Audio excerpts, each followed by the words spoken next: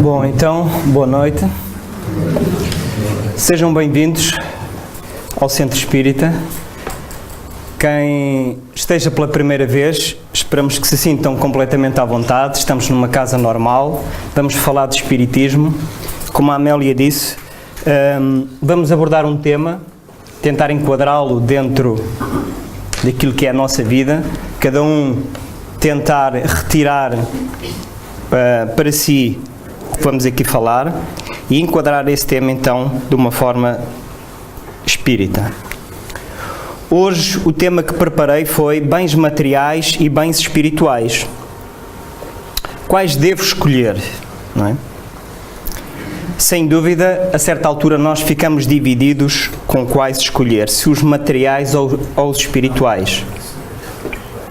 Jesus foi bem claro que nós não podemos servir a dois deuses, não é? A Deus e ao dinheiro.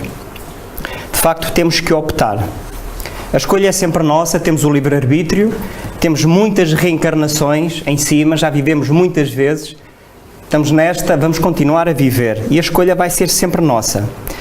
Mas uma coisa sabemos, que à medida que voltamos sempre melhores. E se a determinada altura ainda ligamos muito aos materiais, a pouco e pouco vamos aprendendo que os espirituais serão aqueles bens que perduram connosco, que continuam com a vida do espírito. Então, todos temos um caminho. Antes de nascermos nesta existência, no mundo espiritual, programámos esta existência. Vimos quais é que eram as nossas deficiências, aquilo que precisávamos aprimorar. Tivemos ajuda, porque se calhar nem todos tivemos a capacidade de poder escolher as nossas provas. E eis que estamos aqui, hoje. Somos espíritos, estamos num corpo de carne. É o que dizemos, espírito encarnado, estamos encarnados. Outros amigos estão aqui, que não percepcionamos, pelo menos com os olhos da matéria, e que dizemos que estão desencarnados, ou seja, fora do corpo de carne. E em todo este processo de evolução, nós vamos experienciando nos diversos mundos, que atualmente estamos no planeta Terra, os bens materiais. Precisamos deles para viver. E o que vamos procurar hoje é tentar perceber se os bens materiais se são descartáveis ou não, se precisamos deles ou não e em que medida precisamos deles. Os bens materiais são efêmeros, passam, nós sabemos disso. Na nossa experiência, quem de nós não teve já qualquer coisa, um carro, uma casa, seja um objeto qualquer, e que de repente, passado uns tempos, passou de moda, vem um novo, deteriorou-se, perdemos-lo, ou por outros motivos deixou de ser nosso. Já experienciámos isso muita vez. Então são bens efêmeros. Se são efêmeros, têm um prazo de validade. Se têm um prazo de validade, então temos que aprender uma coisa, que é dar-lhes a importância de vida. Os bens espirituais perduram connosco, afirmam o nosso caráter. Como eu disse há pouco, estamos num corpo de carne. Num futuro, não sabemos se será próximo ou não, embora espiritualmente é sempre próximo, porque a dimensão de tempo no mundo espiritual é diferente do nosso. Brevemente nós estaremos no mundo espiritual, pelo fenómeno da morte do corpo físico. O que é que vai connosco? São os bens materiais? Então, quais é que são os bens que devemos escolher? E aqui no escolher, já que temos livre-arbítrio, temos que pensar o que é que nos faz realmente feliz. O que é que me faz feliz a mim? Todos temos que pensar isso, não é? Se a mim me faz feliz ter algo terreno, eu posso ser feliz. Mas qual é o meu conceito de felicidade? Até onde ele vai? Como eu disse no início, tudo o que é material é efêmero. Passa. Que tipo de felicidade nós queremos? Então temos que aprender, temos que estudar, não é? Temos que perceber que, embora estejamos encarnados, precisamos dos bens materiais, mas se calhar não nos devemos apegar assim tanto. Todos já ouvimos aquela passagem, ou a maior parte de nós já leu a passagem, em que Jesus estava a pregar e eis que um jovem rico se abeira de Jesus e pergunta: Mestre, o que é que devo eu fazer para alcançar a vida eterna? Todos nós, de certa forma, gostaríamos de ter essa vida eterna. Sabemos hoje que somos espíritos. Fomos criados, simples e ignorantes, e enquanto espíritos somos imortais. Não somos eternos, somos imortais. Mas este conceito de vida eterna parece-me que se refere mais a uma questão materialista, não é? O que deveu fazer? E Jesus, que o conhecia como pessoa, perguntou-lhe, disse-lhe: então, queres alcançar a vida eterna? Cumpre os mandamentos. Faz o bem, respeita o pai, a mãe, não roubes, não adulteres, não é? No fundo, fazer aquilo que nós dizemos, fazer o bem, ser um homem de bem. E ele ficou todo contente, porque ele já fazia tudo aquilo. Ele disse: eu cumpro com todos os mandamentos. Então Jesus foi mais além. Então, se queres ser perfeito, se queres alcançar então a vida eterna, os céus, vai, vende tudo, doa aos pobres. E no fim de fazeres isso, vem para junto de mim e segue-me. E esta é uma passagem importante, porque Jesus sempre se afigurou como o caminho, por isso segue-me. Ainda hoje, para nós, Jesus é o modelo e guia, e é através dele que nós chegamos até Deus, não temos outro caminho. E foi o que Jesus lhe disse. Claro que Jesus sabia que a sua abnegação não ia até esse ponto. E o jovem ficou triste. Quem de nós não ficaria triste também? Se nos dissessem: despoja-te de tudo, livra-te de tudo o que tens, dá e segue-me. Esta é uma história muito interessante, mas que temos que trazer para os nossos dias. Quem de nós estaria disposto a isso? Mas será que Jesus se referia ou quereria dizer: tens que te livrar de tudo porque senão não há outra solução? Com certeza que não, não é? Com certeza que não. Se Jesus voltasse, reencarnasse hoje, naturalmente a sua linguagem seria adequada aos nossos tempos. Já não falaria assim. Já não falaria por parábolas, por histórias. Mas, ainda hoje, 2000 anos depois, quem de nós conseguiria abdicar de tudo? E não estamos a falar abdicar no verdadeiro sentido da palavra. Estamos a falar abdicar do apego das coisas. Até porque nós fazemos um plano para a nossa vida quase que eterno dentro desta vida. Julgamos que vamos desencarnar velhinhos. Essa é, para nós, a lei da vida ainda. Fomos educados para isso, não é? Fomos criados, crescemos, tornámos-nos homens com essa ideia. E hoje ainda pensamos que, de certa forma, vamos chegar até lá à frente. Naturalmente, muitos de nós vamos chegar, outros não, mas podemos partir a qualquer momento. E quem de nós aqui presente tem essa noção, que pode partir agora? É que se partíssemos agora, tudo aquilo que temos, materialmente, ficaria. Só levaríamos o que está dentro de nós, não é? No nosso caráter. Isto leva-nos para outra questão, porque nós, quando mergulhamos no corpo de carne, a matéria, de certa forma, tudo aquilo que a matéria permite que nós usufruamos, nós dizemos que, muitas vezes, que o corpo é fraco, a carne é fraca, não é? Se as tentações nos aparecem, as tentações da matéria, a carne é fraca. Jesus vem-nos dar um grande exemplo também nesse campo. Que os verdadeiros valores que devemos cultivar não são os do corpo, mas os do espírito. Então é o espírito que é imperfeito, não é o corpo. É o espírito que renasce com determinadas tendências essas que vêm do passado. Allan Kardec, quem pesquisou os fenómenos espíritas, não deixou passar esta questão em vão. E está no livro dos Espíritos esta pergunta que ele coloca aos espíritos: qual a origem das qualidades morais, boas ou más, do homem? Isto é, todos somos diferentes. Nenhum de nós tem as mesmas qualidades morais. Nenhum. Podemos ser parecidos, mas não somos iguais. E como explicar isso apenas com uma existência física? Que se nascemos todos da mesma forma, porquê aptidões diferentes? Então, como explicar isto? E os espíritos dizem que as qualidades morais são as do espírito nele encarnado, no corpo.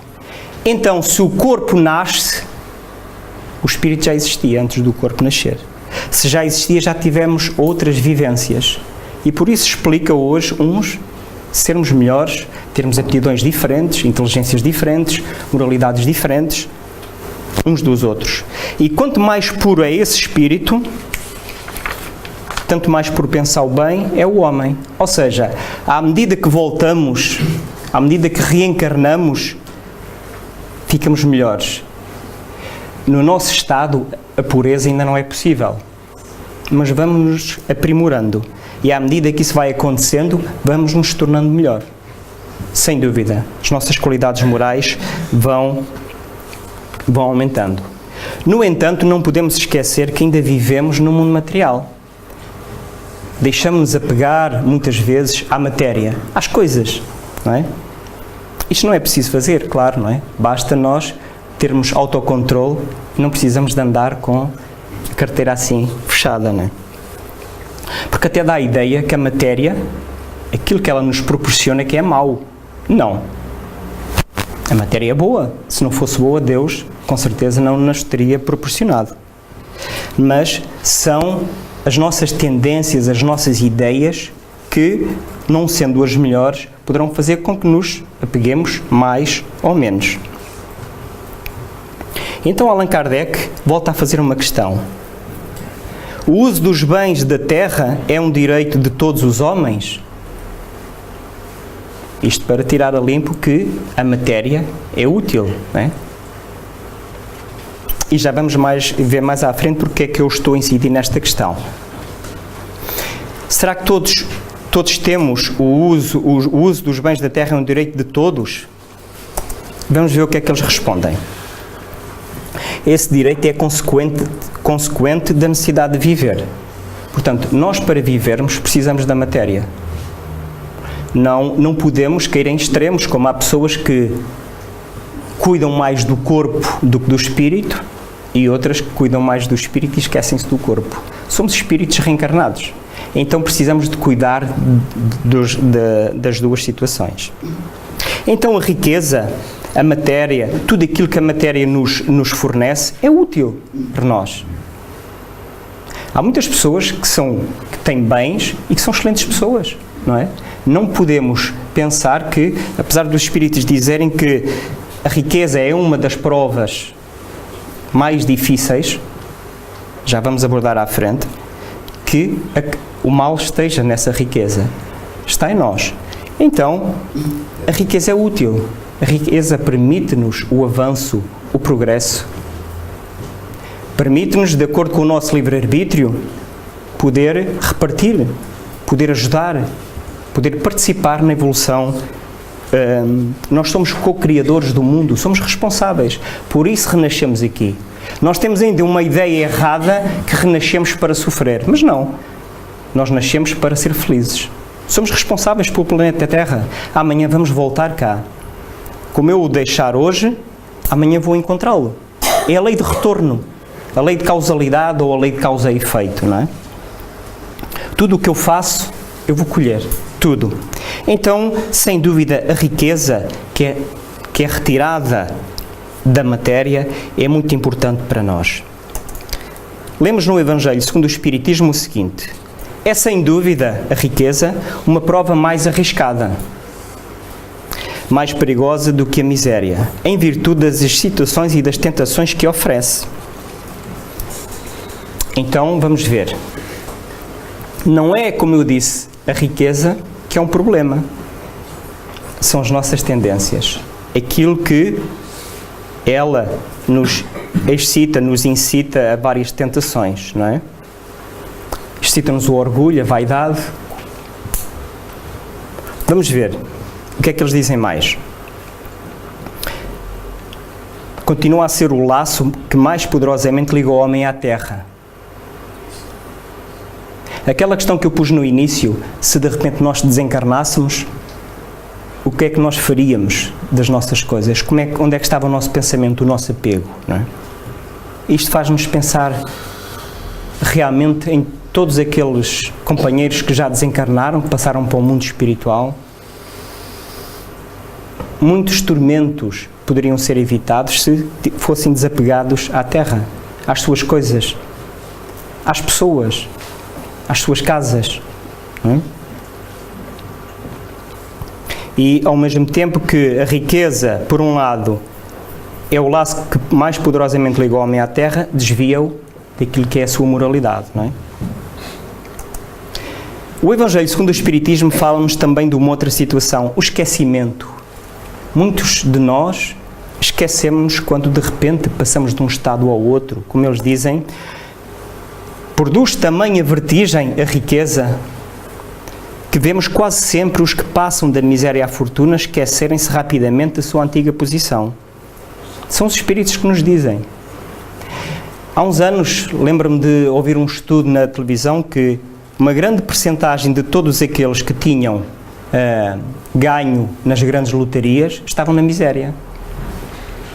Estavam em apuros e muitos estavam pior do que estavam antes. Dá que pensar, não é? Então, tem a ver com a forma como nós gerimos o nosso património, o nosso orgulho. Mas por tornar o caminho mais difícil, não se segue que o torne inviável. Claro, a riqueza é necessária. Todos nós passamos por esta prova da riqueza. Hoje podemos não ser ricos materialmente, mas somos ricos de uma outra forma. Mas esta prova, como todas as outras, nós vamos passar por elas. Porque só assim nós vamos evoluindo. Só passando por todas as provas. Embora, muitas vezes, a pobreza seja uma prova terrível, materialmente, mas se eu for revoltado com isso, todos temos uma contabilidade da vida. E se eu me revoltar pelas leis de Deus, eu vou ter que reajustar esse sentimento em mim. Sem dúvida, de que forma for. Então, é preciso encararmos todos os bens terrenos e espirituais, enquadrá-los, sermos equilibrados, estudarmos para, quem sabe, se formos surpreendidos com a passagem de um momento para o outro para o mundo espiritual, estarmos mais atentos. Apesar de tudo, Jesus já veio há 2000 anos. A humanidade, de repente, entra também numa fase de esquecimento, volta ao Espiritismo, não é? Entra ao Espiritismo. E ainda hoje, cerca de 160 anos passados da doutrina espírita, de que teve início, somos ainda muito agarrados à matéria. Só que a matéria é isto, enferruja. Nós apegamos-nos às coisas, às pessoas. São nossas, mas o que é nosso, não é? As pessoas são nossas, nós temos o sentimento de posse, não nos permitimos uns aos outros a liberdade de pensamento, de agir. Tudo é posse para nós, tudo. Muitas vezes isso é influência de vidas que tivemos, de atitudes que tivemos que ainda hoje estão impregnadas em nós. Então, pela matéria nós guerreamos. Quem não se lembra, isto acontecia muito nas aldeias, entre os terrenos, as fazendas, um caminho que estava e que, não é, que era comum, que era por ali que as pessoas passavam para ir buscar água, para regar as suas hortas, os seus pomares. E quantas guerras não havia por causa desse metro de caminho? Quantas? Essas pessoas já desencarnaram, já reencarnaram, as que ainda cá estão ainda guerreiam. E as guerras até nisso vão evoluindo. A guerra pela posse vai evoluindo. Às vezes basta carregar num botão. Agora já nem é preciso ir para a fazenda guerrear. Basta nós carregarmos num botão. Não é? Disparar um míssil. Basta nós mandarmos um vírus para alguém, para o computador de alguém. e que vai formatar, vai destruir tudo do outro e ficamos muito contentes. Há uma história, e só para descomprimir um pouco, já passado há alguns anos, em que um amigo meu, virado para a informática, criou um vírus. Andava todo contente a criar um vírus. Pronto, sim senhor. Então e porquê é que andas a criar isso? Isto é só para eu me divertir. Mas a ideia dele era mandar para uma pessoa, que era meu colega de trabalho, e que, amigos comuns, e que quando em casa fosse abrir, ele executava o fecheiro e no fim de desligar o computador formatava aquilo tudo. Portanto, havia aqui uma questão, não se podia desligar o computador.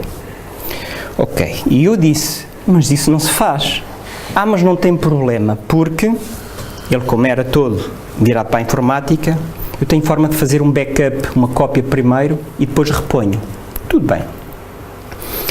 E eu não disse nada. Certo dia, no local de trabalho, o meu colega estava num computador. Até aí nada de novo, não é? E de repente ele diz-me assim, fulano mandou-me aqui um e-mail que eu não percebo nada, executei, isto não deu nada. Eu fiquei em apuros, estávamos no local de trabalho. Pensei, ora bolas, o que é que eu vou fazer? Mas a minha preocupação não era só essa, era o meu computador. O meu colega estava na minha secretária, no meu computador, não é? Bom, eu disse, não desligues o computador, não é? Temos que resolver isto já. Então só tivemos 1 hora ao telefone do outro lado, pessoa super atrapalhada, porque teria que resolver aquilo. Então isto para mostrar o quê? Para mostrar que muitas vezes, até por brincadeira, nós podemos alcançar os outros e prejudicá-los, não é? Isto no sentido que a matéria, quando ligamos à matéria, quando nos apegamos, quando enferrujamos, alguma coisa não fica bem. Diz-nos um espírito protetor no Evangelho segundo o Espiritismo.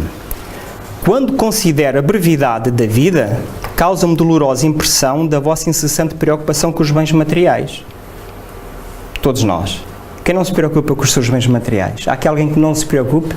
Até pode haver. Bem, quase todos levantaram o braço.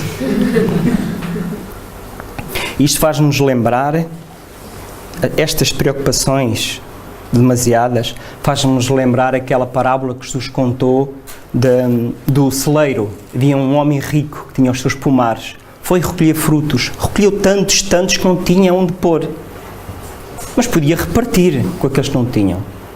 Mas a ideia dele foi outra. Onde é que eu vou pôr tudo aquilo que eu recolhi? Então vou deitar abaixo os meus celeiros e vou fazer celeiros maiores. Está a solução arranjada, não é? Então foi assim que fez. Fez isso.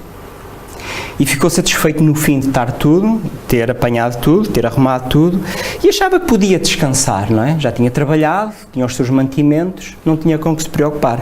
Mas nessa noite, a morte física bateu-lhe à porta e ele voltou para o mundo espiritual, não é? E tudo ficou.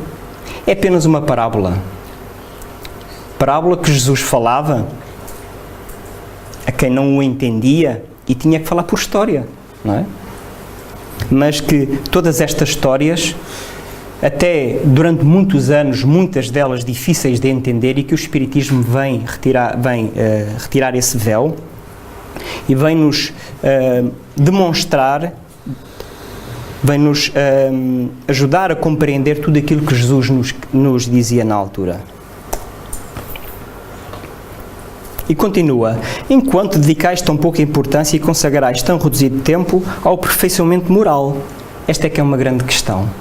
Porque nós falarmos de matéria, de bens, daqueles, o que é que nos devemos apegar ou não, mas se não nos aperfeiçoarmos moralmente, do que é que vale estarmos a falar disto? Nós vimos todas as sextas, quem vem ao Centro Espírita. Podemos estudar Espiritismo. Podemos ser como o jovem, podemos honrar pai e mãe, podemos fazer aquilo que, a nível da sociedade, é exigido. E o nosso aperfeiçoamento moral? Quem de nós alimenta o espírito? Quem de nós procura refletir todos os dias sobre a sua vida, sobre o que fez, sobre aquilo que podia ter feito e, acima de tudo, sobre se fez alguma coisa de errado, não se culpabilizar, mas sim tentar retificar. Quem de nós faz isso?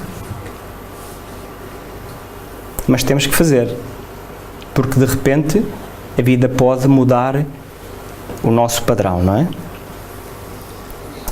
Então, podemos ver que a proposta que Jesus fez ao jovem rico era uma prova decisiva, visando a abnegação. Ele sabia que o jovem não ia até ao ponto de praticar essa caridade, de dar os seus bens. Até que ponto vai a nossa abnegação? Nós somos estes jovens ricos, não tenho dúvidas. Podemos não ter, a nível de bens materiais, aquela riqueza, mas temos muito apego. Jesus hoje falar-nos-ia de forma diferente. Apegamos-nos muito. E é claro aquilo que Ele nos diz: se me queres seguir, desfaz-te de tudo. E nós temos que nos desfazer de quê? Das mágoas que criamos tão facilmente uns com os outros. É tão fácil, não é? Basta quando alguém, de repente, faz algo que nós achemos que não esteja tão correto. Temos que nos desfazer disso, porque não podemos seguir Jesus carregando esse tipo de sentimentos dentro de nós. Então, a utilidade da riqueza, essa abnegação de que eu falava, é muito importante para estas desigualdades da riqueza, que existem, sem dúvida. E se nós não encararmos a vida sobre as várias existências que existem, como é que nós vamos explicar estas desigualdades? Como é que vamos conseguir fazer isso? Como é que vamos explicar às pessoas que uns são ricos, são saudáveis, são pobres, são doentes? Eu costumo dizer que eu prefiro ser rico e saudável do que ser pobre e doente, não é? Como é que nós vamos explicar isso? E nós somos responsáveis por tudo isto. É evidente que todos temos o nosso caminho. Todos programamos o nosso caminho. Nós não estamos ao acaso com as pessoas ao acaso. Estamos nas condições certas, ideais para o nosso aprimoramento. E se passamos por provas mais apertadas, com certeza Deus não se enganou. A Mãe Natureza não deu salto nenhum, não errou conosco. Agora, a ideia que a doutrina espírita nos traz não é que se nascemos assim, temos que estar assim, temos que nos conformar. Não. Temos o dever de repartir, ajudar. E vemos isso recorrentemente. Quando acontece uma tragédia, nós unimos-nos, não é? De forma a ajudar. Então, dizem-nos os Espíritos que a desigualdade das riquezas é um dos problemas que em vão se procuram resolver. Como é que se vão resolver? Se considerarmos apenas uma vida. E diz-nos o Evangelho segundo o Espiritismo, mesmo que repartíssemos irmamente todos os recursos que a Terra nos dá, por todas as pessoas, se fizéssemos isso, não daria para ficarmos ricos, mas brevemente a desigualdade voltaria. Porquê? Porque nem todos temos as mesmas aptidões. Nem todos pensamos da mesma forma. Isto faz-nos lembrar também outra parábola dos talentos, em que o Senhor dá vários talentos, dá 5 talentos, dá 2 talentos e dá 1 talento. E eles foram e produziram e duplicaram, mas o que teve 1 talento achou tão pouco, teve medo de perder. Então escondeu debaixo da terra. E depois, quando foram prestar contas ao Senhor, todos os outros 2 tinham duplicado. E o que apenas tinha recebido 1 talento, levou o talento porque não o tinha aplicado. Então, neste momento, ainda será um problema por resolver a desigualdade das riquezas. Mas o mundo está em regeneração e nós temos que acompanhar esta regeneração.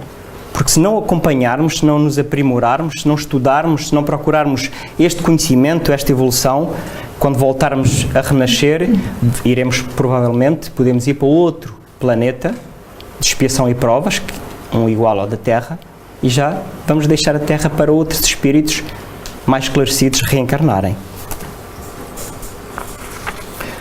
E esta é uma questão também muito interessante. Porque é que todos os homens não são igualmente ricos? É uma pergunta que todos nos colocamos, não é? Mas temos aqui o porquê. Reencarnação. Nós não somos todos ricos porque somos de facto espíritos que fomos criados em tempos diferentes. Fomos espíritos que ao longo das nossas diversas existências fomos atuando de forma diferente. Nós vemos irmãos tão diferentes e são filhos dos mesmos pais. Uns mais inteligentes que outros, outros que aplicam mais que outros, não é? Enquanto espíritos nós somos assim. Então reencarnamos com as condições que precisamos.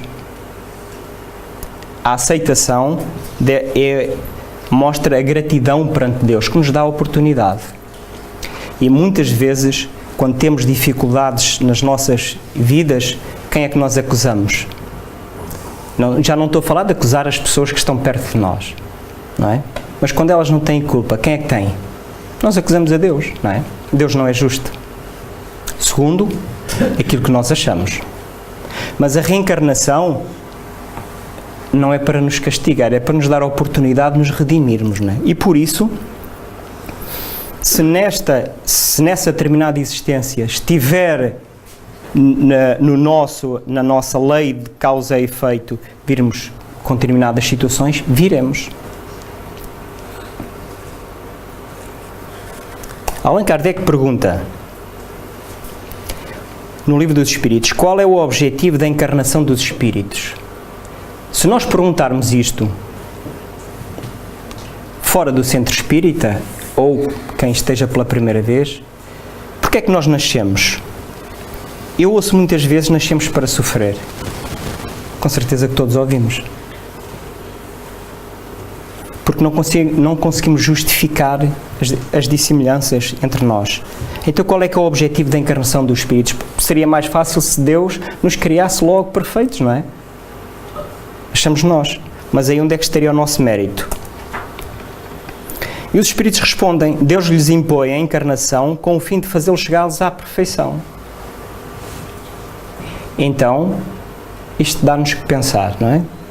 Deus, afinal, não nos pune, não nos obriga, mas dá-nos a oportunidade de fazer mais e fazermos melhor.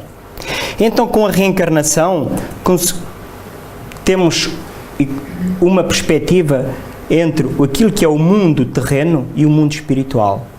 Porque hoje temos em condições de aprendermos, de estudarmos estas questões. Se calhar há 2 ou 3 reencarnações atrás, nós não suportaríamos estas ideias, não as entenderíamos.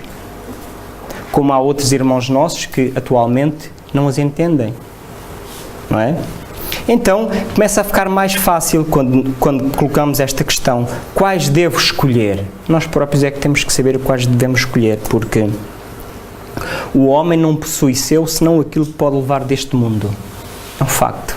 Quando chegarmos ao mundo espiritual, ninguém nos vai perguntar o que é que fizemos, se formos doutores, onde é que estivemos, só nos vão perguntar o que é que nós levamos, não é? E o que é que nós vamos levar? Cada um é que tem que pensar, não é? Então, a doutrina espírita abre-nos grande campo para que nos comecemos a desapegar dos bens terrenos e ligarmos mais aos bens espirituais, que são aqueles que nos seguem, porque nada nos pertence na Terra, nada. E temos que dar contas a Deus de tudo aquilo que temos, até do nosso corpo. Por isso eu disse há bocado, é comum às vezes ouvirmos pessoas dizer, eu ligo mais às coisas do corpo do que do espírito. E ao contrário, nós temos que dar contas, porque o corpo não é nosso, é uma ferramenta. Se eu usar mal o meu corpo, vou ter consequências disso, numa próxima existência, não é? É a lei de causa e efeito. E depois, numa próxima existência, virei, provavelmente, com determinadas características e que eu vou pensar, Deus foi injusto por eu vir assim. Mas não é isso que acontece. Então, só para terminar, a doutrina espírita diz-nos quem somos, orienta-nos. Nós não nos conhecemos. Nós conhecemos-nos. Muitas vezes andamos iludidos connosco próprios, não é? E é bom que quando nos, pelo menos, surpreendemos, que seja pelo bem. Então, quem somos? Porque estou aqui? De onde é que eu venho? Porque é que eu passo por esta prova? A doutrina espírita ajuda-nos a perceber que temos diversas existências físicas e que só assim podemos compreender as dissemelhanças entre todos. Fazemos as nossas escolhas, somos livres, de facto. Eu sou livre de me apegar àquilo que eu quero. Mas esta liberdade tem que partir do coração, tem que partir daquilo que é o meu conhecimento e que são as minhas escolhas. Que a verdadeira pátria é a espiritual, não é a terrena. Nós apenas estamos numa experiência física. Voltaremos para a pátria espiritual. Disso penso que ninguém tem dúvidas. Voltaremos para lá.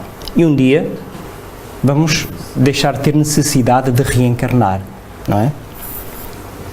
Até lá vamos reencarnando em planetas de regeneração, depois felizes, não é? Até termos necessidade, deixar de ter necessidade de realmente voltar. E que de facto os valores do espírito são aqueles valores que nós devemos ligar. Mas para isso é preciso começar hoje.